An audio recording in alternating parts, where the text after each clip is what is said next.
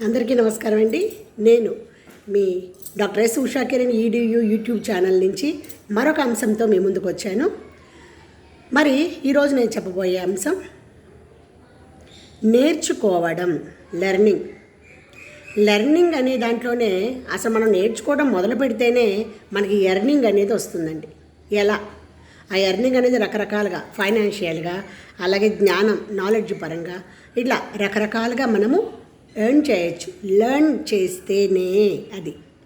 ఎందుకనంటే ఇప్పుడు విద్యార్థి దశలో తప్పకుండా నేర్చుకోవాలి, ప్రతి అంశాన్ని నేర్చుకోవాలి. అన్ని సబ్జెక్ట్స్లోనూ ఒకేలాగానే నేర్చుకుంటూ ముందుకి ఉత్తీర్ణత పొంది ముందుకు వెళ్ళాలి. మరి అలాగే ఈ లెర్నింగ్ అనేది ఎంత ఇంపార్టెంట్ అంటే ఊరికే చిన్న ఇది చెప్తానండి. ఉదాహరణ, చీమ చిన్నది, ఆ చీమ దగ్గర నుంచి కూడా క్రమశిక్షణ నేర్చుకోవచ్చు, మనం లెర్న్ చేయొచ్చు. అట్లాగా ప్రతి అంశం గురించి మనం నేర్చుకోవడం అనేది మొదలు పెట్టాలి. ఎందుకని నేర్చుకోవాలంటే నేర్చుకోకపోతే అప్డేషన్ లేదు, ఆ యాటిట్యూడ్ లేకపోతే ముందుకు వెళ్ళలేం. నేర్చుకోకపోతే అక్కడే ఉంటాం, నూతిలోని కప్పల్లాగా అక్కడే ఉంటాం. ముందుకు వెళ్ళాలంటే మనం ఖచ్చితంగా నేర్చుకోవాలండి. ఏం నేర్చుకోవాలంటారు మేడం? ఏంటంటే మరి పసిపాప దగ్గర నుంచి తల్లిదండ్రులను అనుకరిస్తూనే వెళ్తుంది నేర్చుకోవడం అనేది. అలాగే విద్యార్థి దశలో ఉపాధ్యాయులను అనుకరిస్తారు, తల్లిదండ్రులు వాళ్ళ హీరోయిన్స్ ఎలాగో అది అలాగ వాళ్ళందరినీ అనుకరిస్తూ విద్యార్థులు ముందుకు వెళ్తారు. వాటితో పాటుగా సమాజాన్ని కూడా మనం చూసి నేర్చుకోవాలి, మన పరిసరాలు చూసి నేర్చుకోవాలి. నేర్చుకోవడానికి అసలు వయసుతో సంబంధమే లేదు.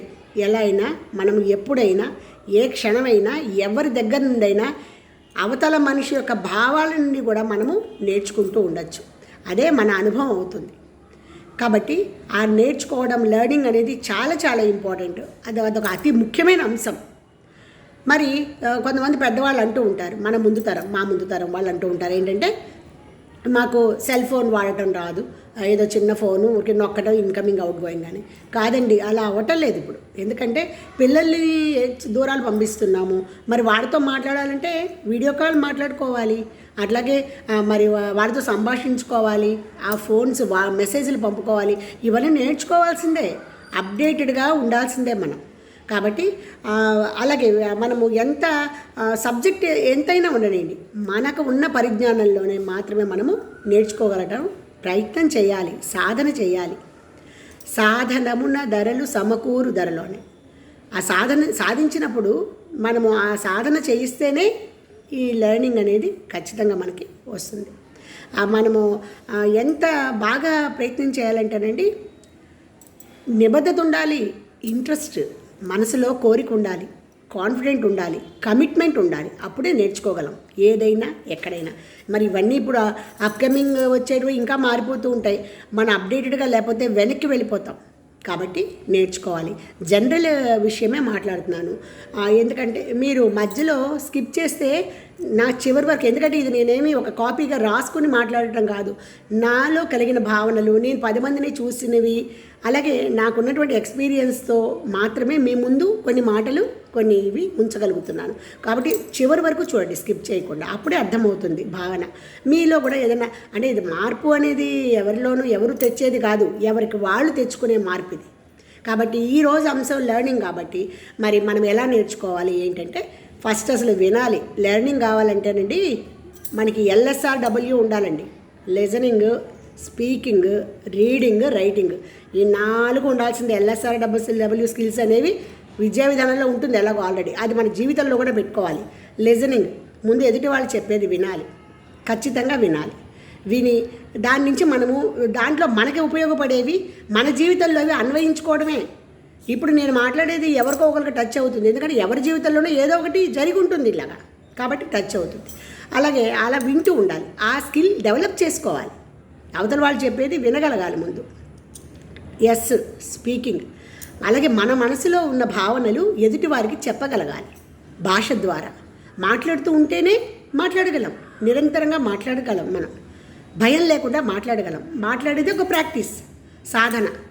అలాగే రీడింగ్, నెంబర్ ఆఫ్ బుక్స్ ఖాళీ ఉన్నప్పుడు చదవాలి. లేదంటే ఇప్పుడు కుక్కుమ FM రేడియో ఉంది, దాంట్లో మనము చక్కగా వినొచ్చు, చదవచ్చు. దాంట్లో కూడా ఉంటాయి, ప్రతి దాంట్లో లిరికల్ ఇస్తున్నారు, చదవచ్చు. మనకు అర్థం కానివన్నీ కూడా చదువుకుని మనము దాని యొక్క జ్ఞానాన్ని లెర్న్ చేసుకోవాలి, నాలెడ్జ్ పెంచుకోవాలి లెర్నింగ్ ద్వారా. అలాగే రైటింగ్, మన మనసులో కలిగే భావనలు ఒక పేపర్ మీద పెట్టాలి. ఆ రైటింగ్ ఎప్పుడైతే రాయటం మొదలెట్టామో భాష అనర్గళంగా వస్తుంది. అలా ప్రాక్టీస్ చేయాలి. కొంచెం గుండ్రంగా రాయటం, చాలామంది హ్యాండ్ రైటింగ్ బాగుండదు, నాది కూడా అంత బాగుండదు. ఎందుకంటే ఫాస్ట్గా రాసేస్తాం, అర్థమవుతుంది.